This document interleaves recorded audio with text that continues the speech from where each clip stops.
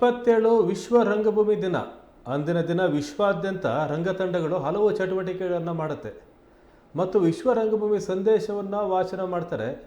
ರಂಗಭೂಮಿಗೆ ಸಂಬಂಧಪಟ್ಟಂತೆ ನಾಟಕಗಳು, ರಂಗಗೀತೆ ಗಾಯನ, ರಂಗ ಕಾರ್ಯಾಗಾರ ಇತ್ಯಾದಿ ಕಾರ್ಯಕ್ರಮ ನಡೆಯುತ್ತೆ. ಅದೇ ರೀತಿ ಶಿವಮೊಗ್ಗದಲ್ಲಿಯೂ ಸಹ ಶಿವಮೊಗ್ಗದ ಕಲಾವಿದರ ಒಕ್ಕೂಟ ಅಂದರೆ ಕಲಾವಿದರು, ಹವ್ಯಾಸಿ ರಂಗತಂಡಗಳ ಕಲಾವಿದರ ಸಂಘ, ಶಿವಮೊಗ್ಗ ರಂಗಾಯಣ ಮತ್ತು ಕರ್ನಾಟಕ ನಾಟಕ ಅಕಾಡೆಮಿ ಸೇರಿ ವಿಭಿನ್ನವಾದಂಥ ವಿಶ್ವ ರಂಗಭೂಮಿ ದಿನಾಚರಣೆ ಕಾರ್ಯಕ್ರಮವನ್ನು ಯೋಜನೆ ಮಾಡಿದೆ. ಈಗಾಗಲೇ ಶಿವಮೊಗ್ಗದ 3 ಕಾಲೇಜುಗಳಲ್ಲಿ ರಂಗ ಕಾರ್ಯಾಗಾರ ನಡೀತಾ ಇದೆ. ಈ ಕಾರ್ಯಾಗಾರದಲ್ಲಿ ವಿದ್ಯಾರ್ಥಿಗಳು ಏನು ಕಲಿತಾರೆ ಆ ಕಲೆಯ ಪ್ರದರ್ಶನ ಅಂದಿನ ದಿನ ನಡೆಯುತ್ತೆ. ಅಂದರೆ 2 ಕಾಲೇಜುಗಳು ಕುವೆಂಪು ರಂಗಮಂದಿರದ ವೇದಿಕೆಯಲ್ಲಿ ಒಂದು ಸಂಜೆ ಪ್ರದರ್ಶನ ಮಾಡಿದರೆ, ಮತ್ತೊಂದು ಕಾಲೇಜು ಒಂದು ವಿಶಿಷ್ಟ ಕಾರ್ಯಕ್ರಮ ಏನು ಆಯೋಜನೆ ಆಗಿದೆ. ಶಿವಮೊಗ್ಗದಲ್ಲಿ ಶಿವಪ್ಪ ನಾಯಕ ವೃತ್ತದಿಂದ ಹಿಡಿದು ಕುವೆಂಪು ರಂಗಮಂದಿರದವರೆಗೆ ಮಹಾವಲಸೆ ಎನ್ನುವಂಥ ಒಂದು ರಂಗನಡಿಗೆ ಕಾರ್ಯಕ್ರಮ ಇದೆ. ಈ ಮಹಾವಲಸೆ ಕಾರ್ಯಕ್ರಮದಲ್ಲಿ ಭಾರತ ಇವತ್ತಿನವರೆಗೂ ಎದುರಿಸಿದಂಥ ಯುದ್ಧಗಳು, ಸಂಘರ್ಷಗಳು, ಹಸಿವು, ಅಹಂಕಾರ ಇತ್ಯಾದಿ ಕಾರಣಗಳಿಂದ ಏನು ಜನ ವಲಸೆ ಹೋಗಿದ್ದಾರೆ ಅದರ ಒಂದು ರಂಗಭೂಮಿಯ ಪ್ರಾತ್ಯಕ್ಷಿಕೆ ರೀತಿಯಲ್ಲಿ ಈ ಮಹಾವಲಸೆ ನಡೆಯುತ್ತೆ. ಈ ಮಹಾವಲಸೆ ಈಗ ಮಾರ್ಚ್ 27ನೇ ತಾರೀಕು 4 ಗಂಟೆಗೆ ಶಿವಪ್ಪನಾಯಕ ವೃತ್ತದಿಂದ ಆರಂಭವಾಗುತ್ತೆ. ನಂತರ ಶಿವಮೊಗ್ಗದ ಸಾರ್ವಜನಿಕರಿಗಾಗಿ ಕಿರುನಾಟಕ ಸ್ಪರ್ಧೆಯನ್ನು ಆಯೋಜನೆ ಮಾಡಲಾಗಿದೆ. ಸರಿಸುಮಾರು 12 ತಂಡಗಳು ಈ ಸ್ಪರ್ಧೆಯಲ್ಲಿ ಭಾಗವಹಿಸಿವೆ. ಈ ಸ್ಪರ್ಧೆಯಲ್ಲಿ ಗೆದ್ದಂಥ ವಿಜೇತರಿಗೆ ನಗದು ಪುರಸ್ಕಾರ ಸಹ ಇರುತ್ತೆ.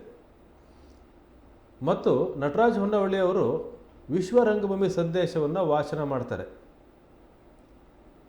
ಜೊತೆಗೆ ಶಿವಮೊಗ್ಗದ ಪಾರ್ಕುಗಳಲ್ಲಿ ರಂಗಗೀತೆ ಗಾಯನ ಕಾರ್ಯಕ್ರಮ ನಡೆಯುತ್ತೆ. ಈ ರೀತಿ ಬಹಳ ವಿಭಿನ್ನವಾದಂಥ ವಿಶ್ವ ರಂಗಭೂಮಿ ದಿನಾಚರಣೆ ಕಾರ್ಯಕ್ರಮವನ್ನು ಶಿವಮೊಗ್ಗದ ಕಲಾವಿದರ ಒಕ್ಕೂಟ ಆಯೋಜನೆ ಮಾಡಿದೆ. ಕಲಾವಿದರ ಒಕ್ಕೂಟದ ಪ್ರಮುಖರಾದಂಥ ಅಧ್ಯಕ್ಷರಾದಂಥ ಕಾಂತೇಶ್ ಕದ್ರಮಂಡ್ಲಿಗೆ ಅವರು, ರಂಗಾಯಣದ ನಿರ್ದೇಶಕರಾದ ಪ್ರಸನ್ನ ಸಾಗರ ಹಾಗೂ ಹಲವರು ಮಾರ್ಚ್ 27ರಂದು ನಡೆಯುವ ಕಾರ್ಯಕ್ರಮದ ಬಗ್ಗೆ ವಿವರವನ್ನು ಕೊಟ್ಟಿದ್ದಾರೆ.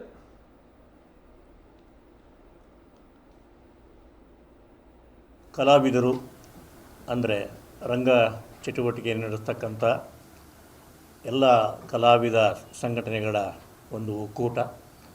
ಇದು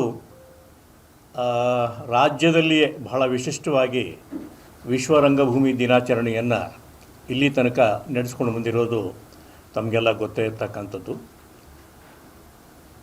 ಪ್ರತಿ ವರ್ಷದಂತೆ ಈ ವರ್ಷವೂ ಕೂಡ ನಾವು ಒಕ್ಕೂಟದವರು ವಿಶ್ವ ರಂಗಭೂಮಿ ದಿನಾಚರಣೆಯನ್ನು ಬಹಳ ವೈಶಿಷ್ಟ್ಯಪೂರ್ಣವಾಗಿ ನಡೆಸೋದಕ್ಕೆ ಯೋಚನೆಗಳನ್ನು ಹಾಕ್ಕೊಂಡಿದ್ದೇವೆ. ನಮ್ಮ ನಾಡಿನ ವಿಶ್ವ ರಂಗಭೂಮಿ ದಿನಾಚರಣೆ ಬೆಳಗಿನ ಹೊತ್ತು ಒಂದು 2ರಿಂದ 3 ಕಡೆಗೆ ರಂಗಗೀತೆಗಳನ್ನು ಹಾಡೋದ್ರ ಮೂಲಕ ಶುರು ಮಾಡ್ತೇವೆ. ಆನಂತರ ಸಂಜೆ ಹೊತ್ತು ಒಂದು ಕಲಾವಿದರನ್ನೆಲ್ಲ ಸೇರಿಸ್ಕೊಂಡು ಒಂದು ನಡಿಗೆ ಇರುತ್ತೆ, ರಂಗ ನಡಿಗೆ ಅಂತ ಹೇಳಿ. ಅದು ಶಿವಪ್ಪನಾಯಕ ಸರ್ಕಲ್ನಿಂದ, ಶಿವಪ್ಪನಾಯಕ ಸ್ಟ್ಯಾಚ್ಯೂನಿಂದ ರಂಗಭೂಮಿಯ ತನಕ ಒಂದು ವೈಶಿಷ್ಟ್ಯಪೂರ್ಣವಾದ ನಡಿಗೆಯನ್ನು ನಾವು ನಡೆಸ್ತಾ ಇದ್ದೇವೆ. ಅದರಲ್ಲಿ ಕಾಲೇಜಿನ ಮಕ್ಕಳು, ನಮ್ಮ ಕೆಲವು ರಂಗಕರ್ಮಿಗಳು ಎಲ್ಲ ಸೇರಿಕೊಂಡು ಆ ಕೆಲಸವನ್ನು ಮಾಡ್ತಾ ಇದ್ದೇವೆ. ಆನಂತರ ನಾಳೆ ಮಧ್ಯಾಹ್ನದಿಂದ ಸುಮಾರು 1 ಗಂಟೆಯಿಂದ ಕುವೆಂಪು ರಂಗಮಂದಿರದಲ್ಲಿ ಶಿವಮೊಗ್ಗದ ಆಸಕ್ತ ಕಲಾವಿದರನ್ನು ನಾವು 15 ನಿಮಿಷಗಳ ನಾಟಕ ಪ್ರದರ್ಶನ ಮಾಡೋದಕ್ಕೆ ಆಹ್ವಾನ ಮಾಡಿದ್ದೆವು. ಅದೇ ರೀತಿ ಅದು ಒಂದು ಸ್ಪರ್ಧೆ ಆಗಿರುತ್ತೆ.